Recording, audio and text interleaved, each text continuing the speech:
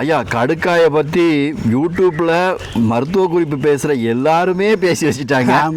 நீங்களும் சொல்ல போகிறேன்னு சொல்கிறீங்க.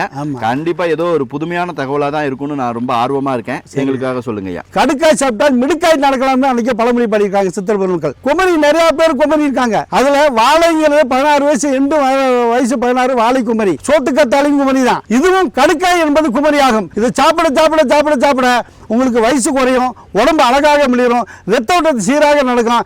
அதுவும் இல்லாமல் பழைய மலங்களெல்லாம் வெளியே தள்ளி புதிய மலங்களையும் தேவையானப்ப நிறுத்தி தேவையானதை வெளியே எடுக்கக்கூடிய அற்புதமான மருந்து கடுக்காய்களே. பிஞ்சு கடுக்காய் தினந்தோறும் சாப்பிட்டு வந்தாங்கன்னா, தயிரில், மோர்ல, பால்ல சாப்பிட்டு வந்தாங்கன்னா கைப்பழக்கம் உள்ளவங்களுக்கெல்லாம் ஒரு வரப்பிரசாதமாக தான் இந்த கடுக்காயில். பிஞ்சு கடுக்காய்னா கடுக்காய் கடையில் இருக்குது. அந்த கடுக்காய் வாங்கி ஒரு 100 கிராம் 700 கிராம் வாங்கி வீட்டில் வச்சு இடிச்சு அதை புட்டவில் செஞ்சு சாப்பிட்டா தான் நல்லது. பாலில் புட்டவில் செஞ்சு தினந்தோறும் சாப்பிட்டு வந்தீங்கன்னா ஒரு கிராம்ல இருந்து 2 கிராம் வரைக்கும் கூட குறைய சாப்பிடலாம். ஒரு சிலருக்கு பேதி ஆகும், ஒரு சிலருக்கு பேதி ஆகாது. பேதி ஆச்சுன்னா அதே அளவு குறைச்சிக்கங்க, பேதியெல்லாம் அளவு கூட்டிக்கலாம். இப்படி தினந்தோறும் சாப்பிட்டு வந்தோம்னா கைப்பழக்கம் உள்ளவங்க இழந்த வித்தை அப்படின்னு சொல்றாரு. அதாவது வித்துனா விந்து, அந்த விந்து மீண்டும் ஊறி ஒரு ஆணழகனாக உருவாகுறாங்க. இதுதான் உண்மை.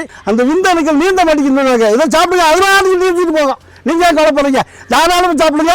100% கேரண்டி கொடுத்து 2766 குழந்தை இருக்கிறீங்களே, கவலைப்படாமல் சாப்பிடுங்க.